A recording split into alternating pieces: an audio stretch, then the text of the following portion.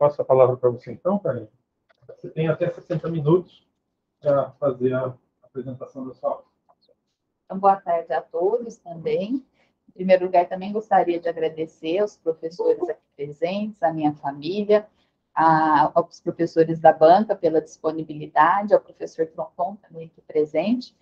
O título do meu trabalho é Avaliação do Módulo Básico de um Programa de Desenvolvimento Docente na área de Educação para as Profissões de Saúde.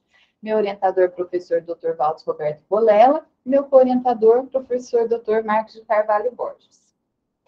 O desenvolvimento docente, o conceito, engloba um conjunto de atividades promovidas pelas instituições de ensino superior no intuito de aprimorar os seus profissionais em diversos campos: a ensino-aprendizagem, a pesquisa científica, a liderança de grupos e também a gestão administrativa. Até muito pouco tempo, para se ser um bom professor na área de saúde, bastava-se ser um bom profissional de saúde, com domínio cognitivo e de habilidades daquela subespecialidade. É como se a docência fosse uma qualidade inata ao profissional de saúde. Mas houveram muitas mudanças no ambiente educacional, principalmente em relação à quantidade e facilidade de acesso às informações científicas, ao modo de aprendizado das novas gerações com o avanço tecnológico e também a algumas demandas sociopolítico e econômicas. Assim, os programas de desenvolvimento docente vieram para contribuir para a profissionalização da docência nas escolas médicas. Não é um conceito novo, ele vem desde 1950 e ganhou notoriedade com a ação de algumas grandes universidades internacionais, que estruturaram seus programas e, posteriormente, os avaliaram, gerando evidências científicas de melhorias na qualidade da atuação profissional após os treinamentos e capacitações. Atualmente existem diversas fontes de publicação e pesquisa em educação médica, como as revistas da Associação Europeia, as revistas da Associação Americana, World Federation, que inclusive é um órgão de acreditação, aqui no Brasil, a RBEM, né, vinculado à Associação Brasileira de Educação Médica. Em 2003, Yvonne Steinert, que é uma pesquisadora canadense de destaque na área, publicou o desenvolvimento docente. Será que é um campo de sonhos? 3 anos após, eles publicaram também. Se construídos, os docentes vêm. E aí, 10 anos depois, o grupo que ela chefia publicou uma revisão sistemática em que abordou as iniciativas de desenvolvimento docente, levantando os principais tópicos que melhoravam e que eram pertinentes no tema. Agora, recente, né, foi publicado online em 2019, mas em 2020, que foi a publicação mesmo, ela fez um editorial na Medical Teacher que fez uma nova revisão dos últimos 40 anos de desenvolvimento docente e faz sugestões para que esse campo deixe de ser um campo promissor, interessante, e passe a ser um campo mais sustentável e sólido. Aqui na América Latina e no Brasil, né, ainda o tema é um desafio. Apesar do aumento significativo aí do número de escolas médicas nos últimos 20 anos, a gente passou de 100 para quase 350, o foco dos trabalhos em educação médica ainda está nos desafios da docência e na responsabilidade social das escolas. Pouquíssimas evidências científicas em bases bibliográficas indexadas a respeito de programas estruturados, descritos e avaliados. Isso pode ser uma causa ou uma consequência das dificuldades de financiamento e apoio institucional adequados, e também da sobrecarga de trabalho do grupo de profissionais envolvidos com organização, operacionalização e pesquisa nessa área. No âmbito governamental, em 2005 e 2008, foram implantadas políticas públicas indutoras para a formação docente pelo Ministério da Saúde, que era o Pró-Saúde e o PET Saúde. Os pontos relevantes desses programas eram a educação permanente dos profissionais educadores em saúde, as mudanças de estratégias educacionais para metodologias efetivas ao aprendizado de adultos, a integração ensino, serviço, comunidade, com fortalecimento da educação pelo trabalho, e também incentiva a pesquisa em educação nas áreas de saúde. O edital da CAPES, em 2010, aprovou 31 projetos de diferentes escolas médicas no país.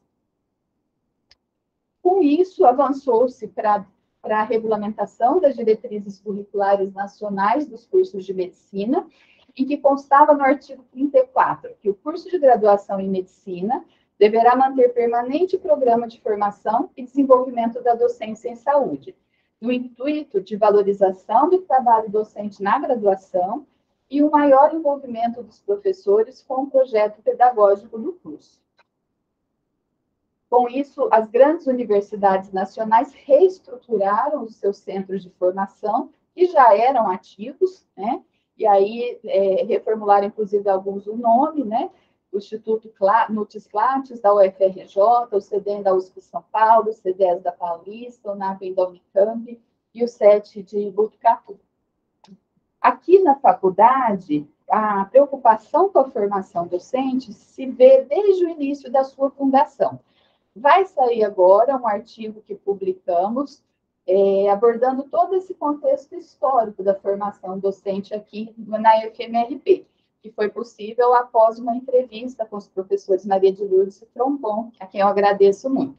Mas fazendo um breve resumo, em 1956, sediou o Congresso AMP, na FMRP, e aqui houve elogios à distribuição de carga horária de dedicação exclusiva. Nos anos 70, recebeu patrocínio da Fundação Rockefeller, que incentivou visitas internacionais a centros de educação por alguns professores. Nos anos 80, alguns professores participaram de seminários de educação no Nutis Clates, do Rio de Janeiro.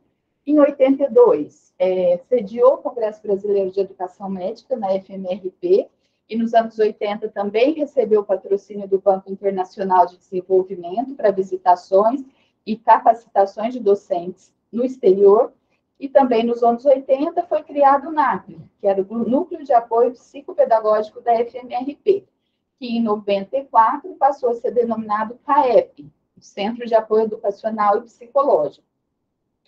Nesse local, se encontravam muitos professores que eram atuantes e tinham muito interesse na educação médica. Então, ele foi um núcleo muito importante aí na evolução do desenvolvimento docente aqui na faculdade. Nos anos 2000, a diretoria manteve apoio, né, em patrocínios para cursos e eventos regulares de professores e pós-graduandos em educação, por exemplo, nos congressos da EIME, né, que é a Associação Europeia de Medicina da Educação Médica, né? E em 2010, 16 professores de diferentes departamentos tiveram aprovação do projeto Formação e Educação Superior nas Profissões de Saúde, por aquele programa que eu citei, o ProEnsino na Saúde. Os recursos possibilitaram a criação de linhas de pesquisa de educação em saúde aqui na instituição, possibilitou a criação da disciplina Tópicos de Educação nas Profissões de Saúde 1 e 2, na pós-graduação da Clínica Médica, que é uma disciplina muito procurada até hoje, e a assessoria também na elaboração de exames de seleção e na organização de avaliações de exame de desempenho de médicos residentes. Também promoveu o engajamento de mais professores no programa Finer Brasil. Em 2016, foi criado o Centro de Desenvolvimento Docente para o Ensino. Em 2017, o CDDE ofereceu seu primeiro curso estruturado, que era o módulo básico, objeto aqui desse estudo. Existem diversas formas de avaliação dos programas educacionais. Um dos mais utilizados é o modelo de Kirkpatrick, que é uma pirâmide que considera 4 níveis, né? No nível 1, avalia a satisfação e a aprovação dos participantes naquela intervenção. Isso pode ser feito por questionários pós-curso. No nível 2, avalia a aquisição de conhecimentos e habilidades. E isso pode ser avaliado por provas somativas ou por trabalhos de conclusão de curso. No nível 3, avalia-se se aquele conhecimento foi incorporado e está sendo transferido para a prática profissional do participante da intervenção. No nível 4, Ele avalia impacto a mais longo prazo, é uma medida mais complexa, por ser uma medida indireta e com várias variáveis, né? Por exemplo, no caso dos programas de desenvolvimento docente, avaliaria se houve melhora do aprendizado dos alunos após aquela intervenção, uma melhor assistência à saúde na comunidade.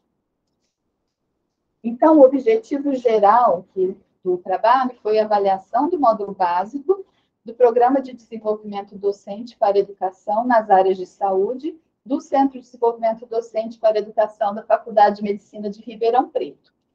De objetivos específicos: descrever o perfil profissional dos participantes, descrever as áreas dos projetos de intervenção pedagógica propostos ao final do módulo pelos participantes, avaliar as percepções dos professores participantes em suas vivências docentes após 2 anos da realização do curso, e avaliar a percepção dos professores organizadores e facilitadores do curso e também dos diretores da faculdade na ocasião que ele foi implantado.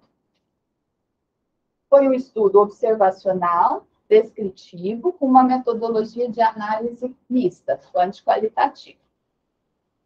Falando um pouco sobre o CDD, né, foi a primeira unidade de educação profissional em saúde da FMRP, criado então em 2016, após um grupo de trabalho entre diretoria da FMRP, comissão de graduação e 2 professores experts em educação médica, com a missão de desenvolver ações e oportunidades aos professores e preceptores da FMRP para aprimorar suas qualificações na prática diária. Além do módulo básico, o CDD também oferece atividades avançadas on demand, por exemplo, as oficinas de TBL, as oficinas de elaboração de teste de múltipla escolha. Também oferece consultorias, mentorias, conforme demanda também. E após o contexto da pandemia, também iniciou com atividades educativas aí no YouTube, com palestras e discussões nos temas de educação médica. A composição atual do CDD são 14 professores, organizadores, facilitadores, de diversos departamentos. Também um pedagogo e 2 funcionárias administrativas. Falando um pouco do módulo básico, é o Programa Estruturado de Desenvolvimento Docente, dirigido aos profissionais educadores nas áreas de saúde da instituição, com o objetivo de capacitar e atualizar em temas de educação nas áreas de saúde, tentando fazer uma comunidade de prática dentro da instituição. De janeiro de 17 a dezembro de 19, foram realizadas 5 edições. Cada edição contava com 5 encontros presenciais, sendo 4 horas por semana presencial, e 2 horas por semana de atividades virtuais na plataforma Moodle da USP, em que o material didático era disponibilizado e era realizado um fórum de discussão. Aqui é o ambiente presencial, em que as estratégias educacionais utilizadas era a sala de aula invertida, mini-conferências de 15 a 20 minutos, aula interativa e sempre discussão em pequenos grupos. Esses grupos eram divididos aleatoriamente na entrada da sala dos professores para que houvesse uma maior interação entre os professores de diferentes áreas da faculdade. Os temas centrais abordados: princípios de aprendizagem de adultos, estratégias efetivas de ensino-aprendizagem, avaliação do estudante, tanto somativa como formativa, planejamento e implementação de currículos e avaliação de programas educacionais. Essa é o layout de uma das sessões virtuais. Todas elas, então, constavam aí de um texto introdutório para ser discutido no fórum e uma tarefa, que era o objetivo de aprendizado da sessão que seria realizada presencialmente. Nesse caso aqui, por exemplo, né, a tarefa era procurar identificar as próprias necessidades de aperfeiçoamento. Cada docente tentar refletir sobre isso no fórum e depois levando para a sessão presencial. Para a certificação do módulo básico, era necessária a presença em 80% das atividades presenciais, participação ativa nas atividades do Moodle e também uma entrega de uma proposta de intervenção pedagógica na sua área de atuação. A proposta de intervenção Era um TCC, né, um documento aí de 3 páginas, que deveria ser submetido até 15 dias após o término do curso, sendo que na última sessão do curso era reservado 4 horas, né, do horário aí, para o professor refletir sobre a proposta e discutir aquela proposta que ele estava pensando em seu pequeno grupo. Cada proposta recebia um feedback individualizado pelos facilitadores após 15 dias da postagem. O roteiro, para se pensar nessa proposta, era assim: que nova ferramenta pedagógica você utilizaria após o módulo básico? Em que contexto? Quando seria possível a sua implementação? Como avaliaria? E os desfechos possíveis para isso seria a efetiva implementação na disciplina, o que não era obrigatório, a apresentação da experiência em congresso de educação ou da especialidade do professor, um convite para ensinar a nova estratégia em outra escola, ou a elaboração e publicação em periódico revisado por pares, preenchendo aí a progressão, né, na carreira dentro da educação profissional e saúde. Aqui foram as edições avaliadas, todas foram em dias da semana e horários diferentes, para oportunizar maior participação aí dos professores dentro da faculdade. Na abordagem quantitativa, foi realizada através de análise documental, em que foi visto o perfil profissional dos participantes e foram compilados os projetos de intervenção que tinham sido propostos, de acordo com seu foco temático. Fazia uma tabela em Excel, preservando a identidade, cada professor ganhava um número, o seu papel era participante, ou facilitador, ou diretor, e também era avaliado gênero, graduação, departamento de vínculo, a titulação, tempo de docência e a área do projeto de intervenção.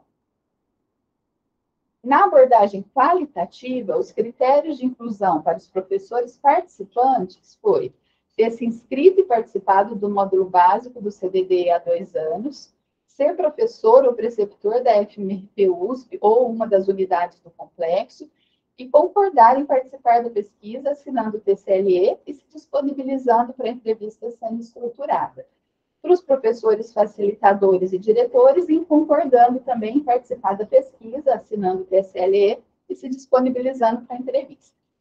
Excluímos os professores participantes dos módulos básicos de 2019, o MP4 e o MP5, porque o contexto da pandemia obrigatoriamente mudou o aprendizado, né? O ambiente de aprendizado. E isso poderia ser viés aqui da avaliação. Meus campos de pesquisa foram as áreas de trabalho de cada um dos professores. Tive o prazer aí de conhecer os laboratórios lá do prédio central, que eu não conhecia, os laboratórios de simulação, alguns departamentos mais distantes, igual a saúde mental, a genética. Fui muito no departamento de ciências da saúde, e após julho de 2020, entrei nesses locais via Google Meet, por conta aí da pandemia. As etapas seguidas para a abordagem qualitativa foram, então, preenchi os critérios de inclusão, fazia o agendamento e a realização das entrevistas sendo estruturadas, com gravação do conteúdo após o consentimento prévio, e depois fazia a transcrição dessas entrevistas em sua integridade, em pastas específicas aí de Word. Então, foi de 1 a 52 participantes, facilitadores 1 a 12 e diretores 1 e 2. E depois a análise de conteúdo, conforme a técnica da pré-análise, exploração de material e tratamento de resultados. Na pré-análise, fazia uma sistematização das ideias, dos objetivos e das hipóteses, e uma leitura mais superficial de cada entrevista, né, que Bardan chama de leitura flutuante. Depois, para a exploração do material, seria no intuito de reduzir o texto e ler essas entrevistas com um olhar para tentar identificar subcategorias e categorias nos discursos dos professores. E para o tratamento dos resultados, a partir da redução, fazia inferências, interpretação, a partir aí do referencial teórico adotado, que foi o socioconstrutivista. Após isso realizado, todas as tabelas quantitativas, as transcrições e os temas identificados foram transferidos para o software NVivo, que possibilitou, através de algumas ferramentas de consulta, associar dados quantitativos. E aí permitiu uma reanálise crítica daquele material a partir do referencial teórico socioconstrutivista para posterior apresentação aqui dos resultados. Esse é o layout da página do NVivo, aqui a página inicial, logada do meu nome, aqui a ferramentas de consultas e aqui algumas codificações já realizadas. Então, o questionamento norteador da abordagem qualitativa para os participantes foi: módulo básico do Programa de Desenvolvimento Docente do CDD-FMRP influenciou mudanças nas práticas cotidianas da sua docência e preceptoria? Se sim, em que sentido? Para os professores facilitadores, essa pergunta era: os objetivos inicialmente traçados foram alcançados? E para os diretores, qual teria sido a visão institucional do curso? Os aspectos éticos foram respeitados a partir da assinatura do TCLE, de manter o sigilo das informações, e aprovação pelo CEP aqui da faculdade. Entrando agora nos resultados da abordagem quantitativa, participaram 146 participantes, mais ou menos aqui cortou 30 por módulo, um pouquinho menos aqui no MB2, que participaram menos, desconfigurou um pouquinho. Desses, 59% eram docentes FMRP, seguidos de 33% de profissionais com outros vínculos e 8% de profissionais externos. Aqui é a divisão por módulos. A gente observa uma grande participação de docentes no MB1 e 2, e depois uma participação aumentada aí dos professores com outros vínculos na instituição. Esse gráfico, a barra verde escura, mostra a percentagem de professores por departamento da FMRP. E a verde clara, a percentagem de professores participantes do módulo básico. Então, a gente viu uma participação muito grande dos professores, dos docentes, né, das ciências da saúde, também da área básica, da medicina social e algumas áreas clínicas, como a pediatria, a clínica, né, bastante participação. Esse percentual foi 26% de professores que participaram do módulo básico, quando visualizado o total dos docentes do FMRP. Dentre participantes com outros vínculos, esses vínculos eram médicos assistentes, residências multiprofissionais de nutrição, fono, físio, PO, profissional também do CAEP, da Faculdade de Farmácia e Educação Física.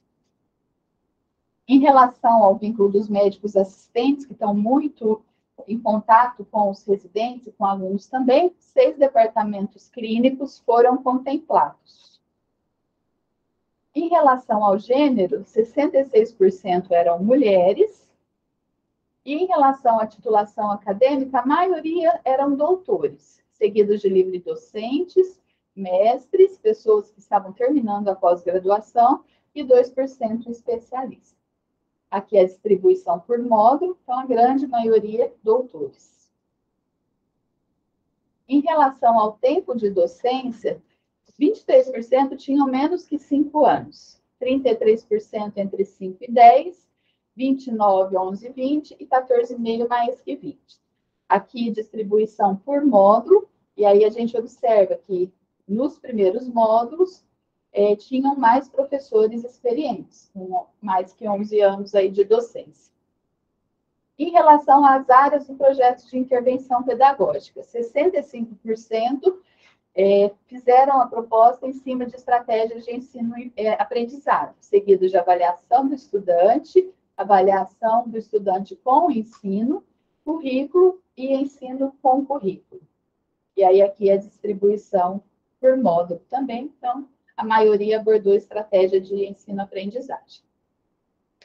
No momento da inscrição do curso, era aplicado um questionário questionando quais seriam as motivações daquele professor em se inscrever nesse tipo de curso. E as respostas desse questionário pré-curso foram: melhorar a didática e as práticas de ensino, utilizar novas formas de avaliação do estudante, capacitação pessoal, melhorar a comunicação com os alunos, utilizar novas tecnologias e interação entre colegas de profissão. E, ao final de cada sessão do módulo básico, também era aplicado um outro questionário presencialmente, em que que a gente chama de que bom, que pena, que tal, que seriam os pontos positivos, negativos e sugestões. Isso avalia a pirâmide do Kirkpatrick, né? A satisfação e reação logo após a intervenção. E as respostas do que bom? Uma dinâmica interativa, pequenos grupos, ambiente descontraído e acolhedor, utilização de diferentes estratégias de ensino, motivação dos professores facilitadores e suas alternâncias nas aulas, objetividade, cumprimento rigoroso do horário proposto, possibilidade de reflexão das práticas com percepção do outro e lanche com frutas. No que pena, muitas questões estruturais, como o funcionamento do ar-condicionado, dificuldade de estacionamento próximo e algumas também em relação à dificuldade com a plataforma virtual. E no que tal, né, muitos sugeriram ampliar o tempo das sessões ou ter mais sessões do módulo básico. Agora, em relação à abordagem qualitativa, nos 3 primeiros módulos eram 82 participantes, sendo 75 elegíveis, e foram entrevistados 52 participantes.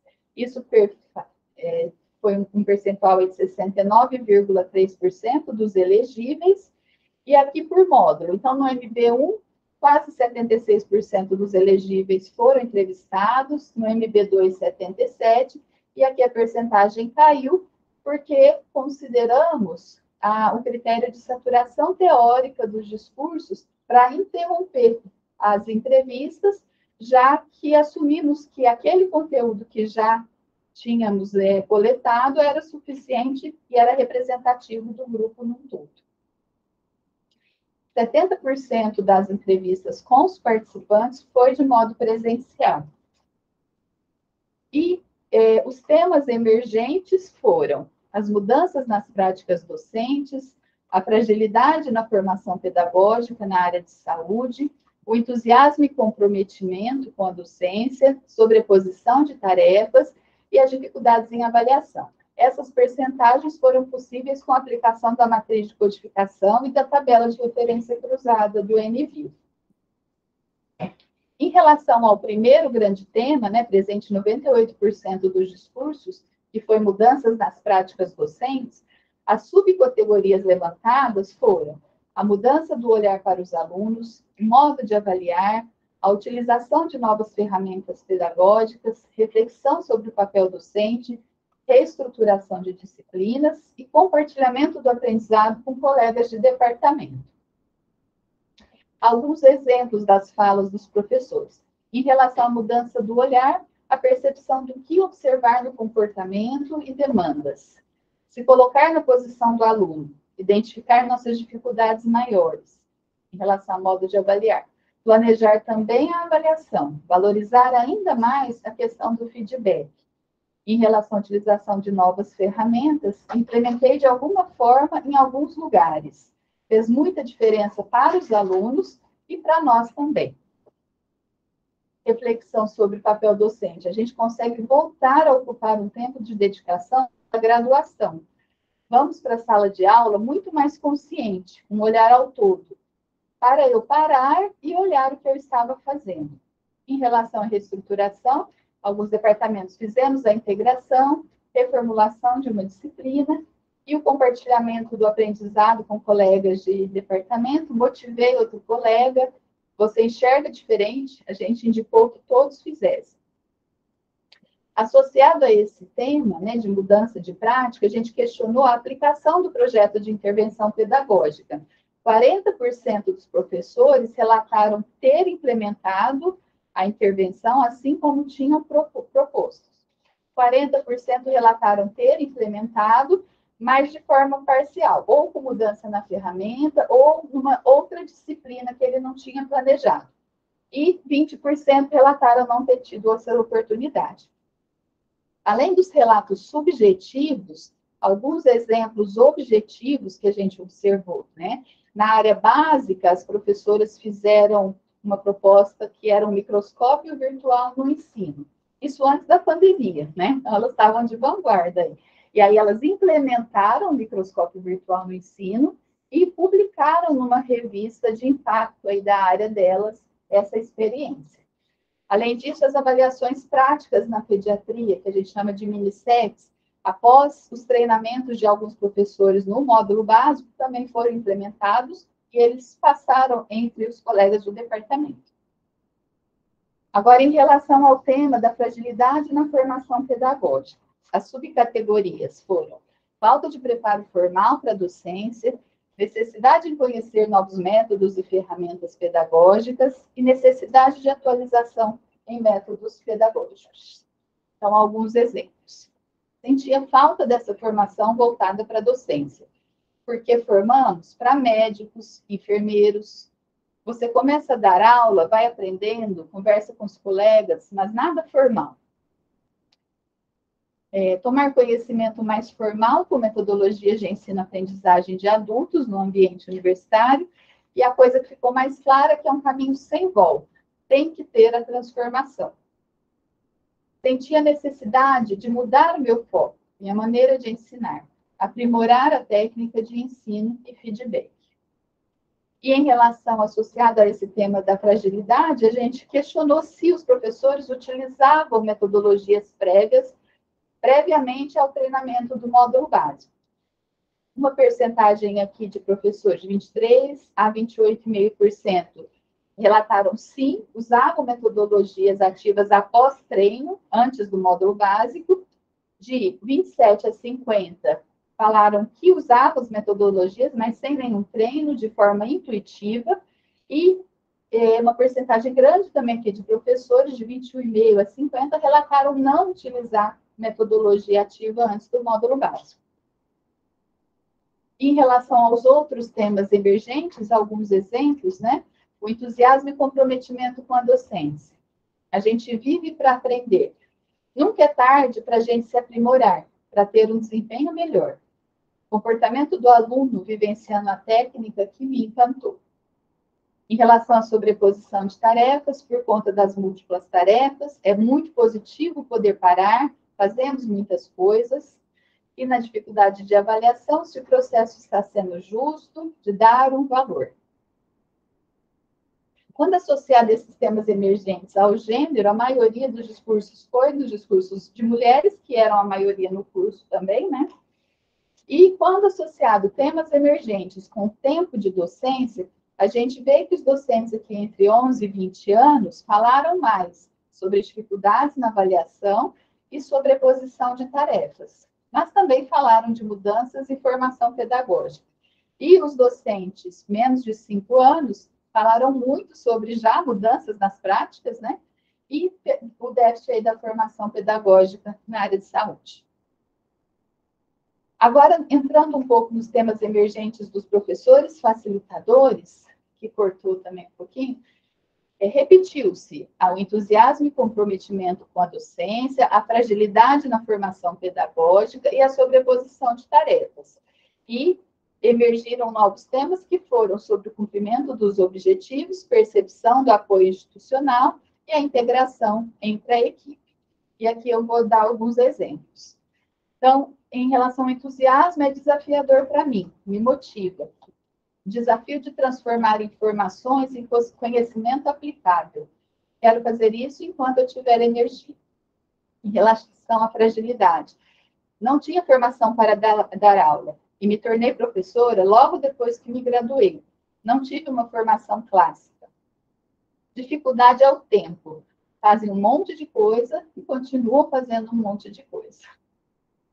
Em relação ao cumprimento dos objetivos, tivemos bastante sucesso em entregar aquilo que a gente estava esperando mesmo. Pequenas mudanças podem ter grandes alterações ali, grandes mudanças.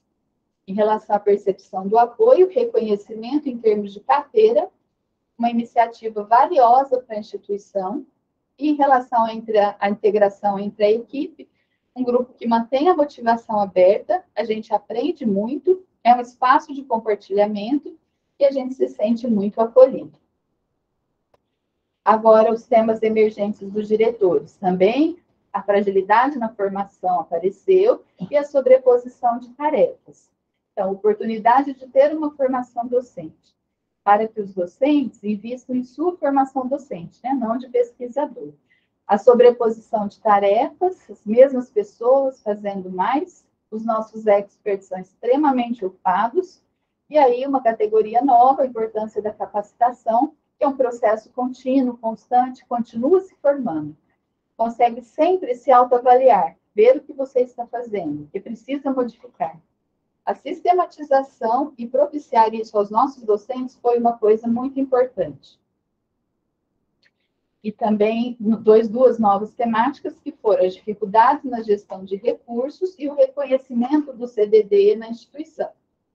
Então, recursos humanos. Também a universidade está numa fase difícil de contratações, solicitando que os mesmos façam mais e remanejamento dentro do possível. Em relação também à infraestrutura física. Em relação ao reconhecimento do CDD na instituição, está caracterizado sempre como entidade, e não mais pessoas. Professores colocando a importância do centro e do quanto foi importante participar de um desses módulos. Muitas oportunidades para diferentes docentes em diferentes períodos. E aqui, entrando na discussão, a literatura mostra que a efetividade aí dos programas de desenvolvimento docente está associada à sua estruturação pedagógica, baseado em modelos com evidências científicas, principalmente os programas longitudinais, e que tenham conteúdos relevantes e aplicáveis na prática clínica.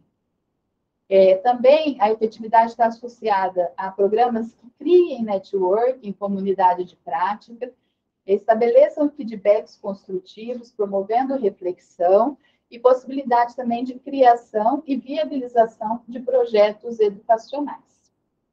E também está associado à ação das lideranças e gestores em educação e o apoio institucional. O desenvolvimento docente deve ter uma missão e valor da instituição, que deve considerar todos os envolvidos. De um lado, os experts em educação, que vão pensar na interdisciplinaridade, no planejamento das atividades, nas boas práticas e na diversidade de estratégias.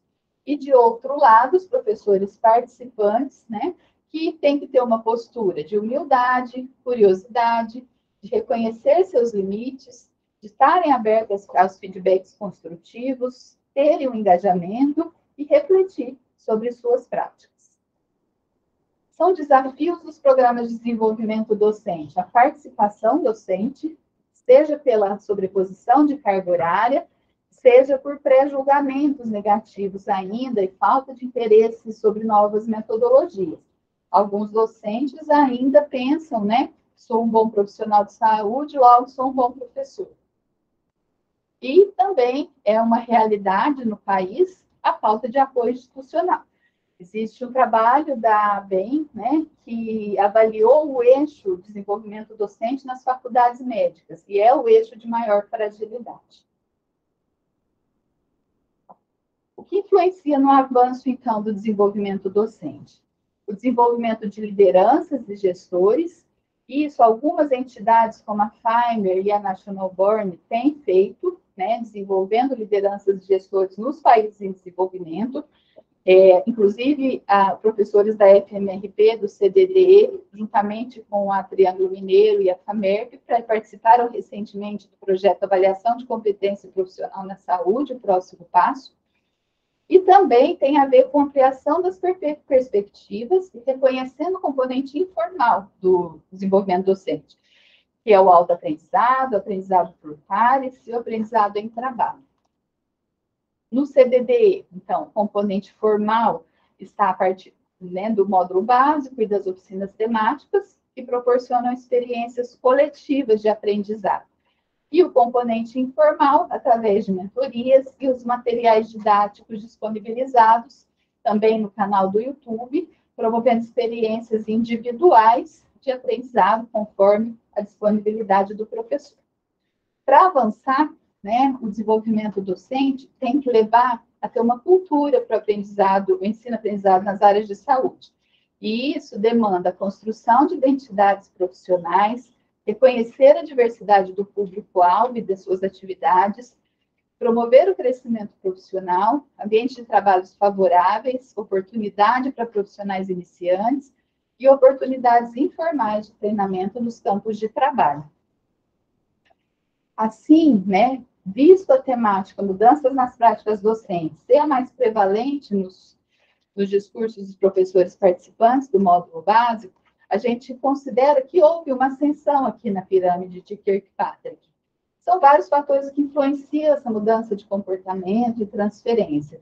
Por exemplo, a autoconfiança, a autoestima do professor participante, a percepção da aplicabilidade prática, né, do conhecimento adquirido, o ambiente favorável às modificações dentro dos cenários de trabalho e também o apoio dos pares. A gente tem que reconhecer a complexidade desse processo, e a formação docente não é linear, deve-se considerar o papel dessa construção de conhecimento coletivo, colaborativo, as particularidades das diferentes áreas das profissões de saúde e também as experiências externas que os docentes trazem.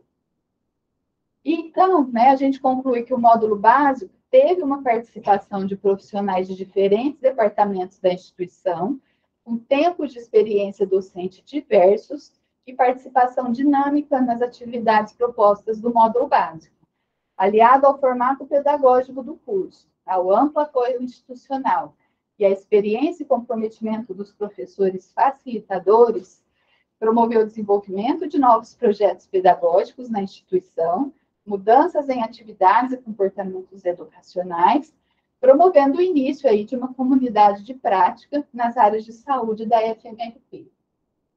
Eu tenho muita gratidão por todos os professores aí participantes dos módulos básicos, por todos aqueles que participaram das entrevistas, foram muito solícitos em me receber em seus ambientes de trabalho.